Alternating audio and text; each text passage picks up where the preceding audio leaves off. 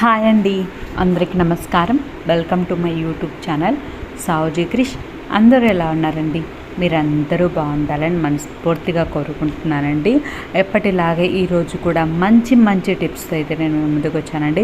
వీడియోని ఎక్కడా కూడా స్కిప్ చేయకుండా లాస్ట్ వరకు చూడండి. చాలా మంచి మంచి టిప్స్ అయితే ఉన్నాయండి. చాలా అంటే చాలా మంచి టిప్స్ ఉన్నాయండి. ఎవ్వరూ కూడా మిస్ అవ్వద్దండి. ఇంతగా చెప్తున్నానంటే ఎంత మంచి టిప్స్ ఉన్నాయో మీరు ఆలోచించండి. చాలా బాగుంటాయండి. స్కిప్ చేయకుండా లాస్ట్ వరకు చూడండి. ఇప్పుడు వచ్చేసరికి ఫస్ట్ టిప్లోకి వెళ్దామండి.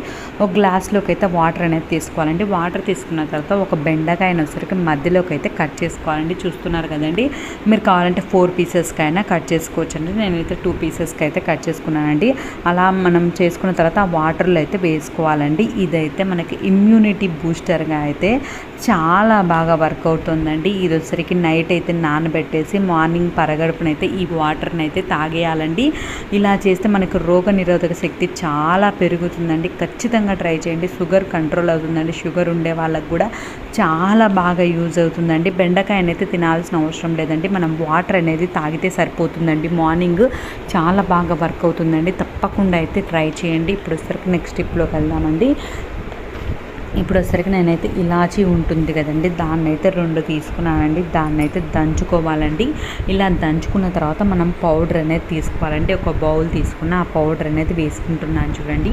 ఈ విధంగా వేసుకున్న తర్వాత హాఫ్ టీ స్పూన్ వచ్చేసరికి నిమ్మరసం అనేది తీసుకోవాలండి. తర్వాత వచ్చేసరికి 1/2 టేబుల్ స్పూన్ వచ్చేసరికి తేనె తీసుకోవాలండి.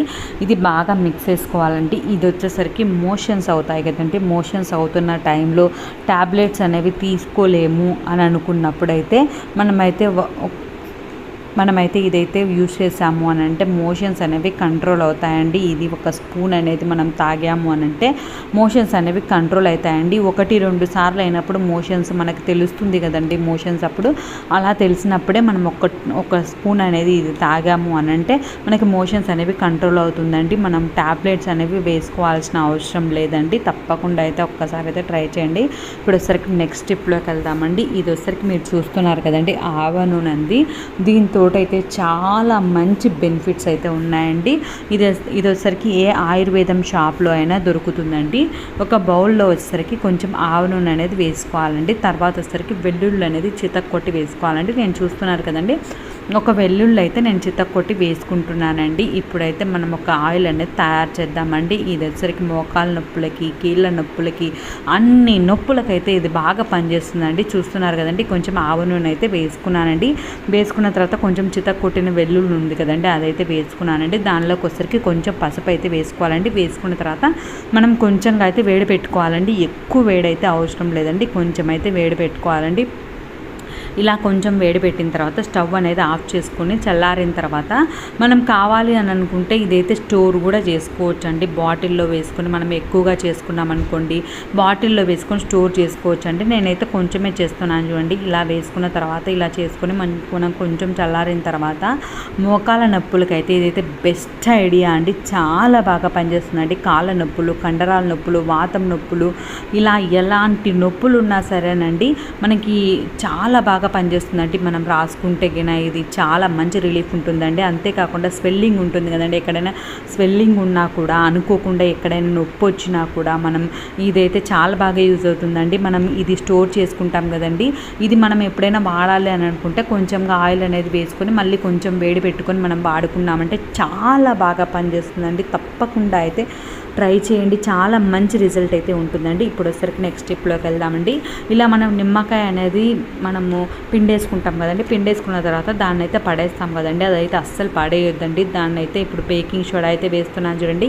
ఈ విధంగా బేకింగ్ సోడా అనేది వేసేసుకొని మనం నిమ్మకాయకి అనేది అప్లై చేసుకొని దీన్ని వచ్చరికి ఫ్రిడ్జ్లో పెట్టుకున్నామనంటే మనం ఫ్రిడ్జ్లో ఏమంటే మనం పదార్థాలు అనేవి పెడతాం కదండి, ఆ స్మెల్ అనేది ఫ్రిడ్జ్కి అంతా పట్టేస్తుందండి. మనం పూలు పెట్టిన పూల స్మెల్, పాలు పెట్టిన పాల స్మెల్, అలా స్మెల్ అనేది మొత్తం పట్టేస్తుంది కదండి. ఆ స్మెల్ అనేది లేకుండా ఉండాలి అని అంటే ఇలా మనం బేకింగ్ సోడా అనేది వేసి నైట్ వేసి మార్నింగ్ తీసేసామనుకోండి, అలాంటి స్మెల్ అనేది లేకుండా ఫ్రిడ్జ్లో మంచి స్మెల్ అయితే వస్తుందండి. తప్పకుండా అయితే ట్రై చేయండి. ఇప్పుడు వచ్చరికి నెక్స్ట్ స్టెప్లోకి వెళ్దామండి. ఇలాంటి చిల్లులు ఉంటుంది కదండి, ఇలాంటి ఒక బౌల్ అయితే నేను తీసుకున్నానండి. ఇలా తీసుకున్న తర్వాత మనం దాంట్లోకి అయితే పేపర్ అనేది వేసుకోవాలండి. చూస్తున్నారు కదండి, ఈ విధంగా అయితే నేను పేపర్ అయితే వేసుకున్నానండి. ఇలా వేసుకున్న తర్వాత దానిలోకి వచ్చేసరికి మనం ఆనియన్స్ అనేవి వేయాలండి. ఇలా ఆనియన్స్ వేసుకొని మనం పెట్టేసుకున్నామనంటే ఆనియన్స్ అనేవి ఎక్కువగా వేసేద్దండి, ఒకదానిపైన ఒకటి అలా వేసేస్తే కుళ్ళిపోతాయండి. ఇప్పుడైతే పచ్చి ఆనియన్సే ఎక్కువగా వస్తున్నాయండి.